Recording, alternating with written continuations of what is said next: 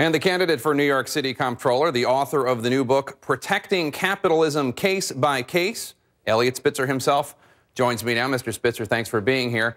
I want to start back in 2008. What you did was incredibly reckless, and perhaps more importantly, it was very illegal. As you know, a Class E felony, paying for sex, a law you signed, bumping it up to Class E.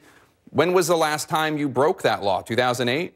That's correct. And you know, Jake, I have, as your appropriate introduction made clear, I have spent 5 years doing many different things, not just hosting here on CNN, which I enjoyed during the period I was here. I was teaching at CCNY. I have also participated in other activities, run our family business. And so it has been a 5-year stretch during which time I have thought, reflected, and tried to think through not only what happened, but assess my desire for public service, and hence it has taken me to where I am today, as you pointed out, running for office. And but to be precise, you have not broken that law since 2008. Okay. You once called, when you were an aggressive attorney general and governor, you once called human trafficking, including prostitution, modern-day slavery. But one of the things that a lot of people take offense to is you never faced charges under your own law. Kristen Davis, the New York Madam, she's also running for comptroller. She tells the Daily News, quote, "I spent 4 months in Rikers Island, from which I returned penniless, homeless, and forced to take sex offender classes for 5 months with pedophiles and perverts, while he," meaning you, sir, "returned to his wife in his Fifth Avenue high-rise without ever being fingerprinted, mugshot, or remanded, or charged with a crime under the very law he signed." What do you say to her?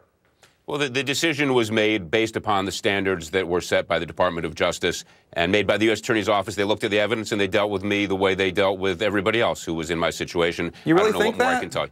Oh, absolutely. I mean, because I mean, when you went after Wall Street types, you painted yourself as fighting for the little guy. But I think a lot of people might look at you and think, look, you're somebody with money, you're somebody with power, and this is a perfect example of how people like you don't end up doing the time the way that the average person does. Well, look, I'm not going to and I've made it over the 5 years, been very careful that I'm not going to either quibble or debate what the appropriateness was. I did the one thing that I knew that was appropriate, which was to resign at the moment, and it's been now 5 years, during which time I've done many other things, and that was, I looked into the public's eye and I said, I resigned. Those who looked at this case made the determination they obviously did not bring charges, nor did they with anybody else who was similarly situated. And so that was their judgment, not mine. The one judgment I had the opportunity to make was to say to the public, I should not have done this as I was governor. Obviously, I resigned. And let me tell you, even though it may seem quixotic and hard to make sense out of, I'm proud that we did sign that human trafficking law. That was the right thing to do. It is important. It is something I believed in then and believe in now. And even though you violated it.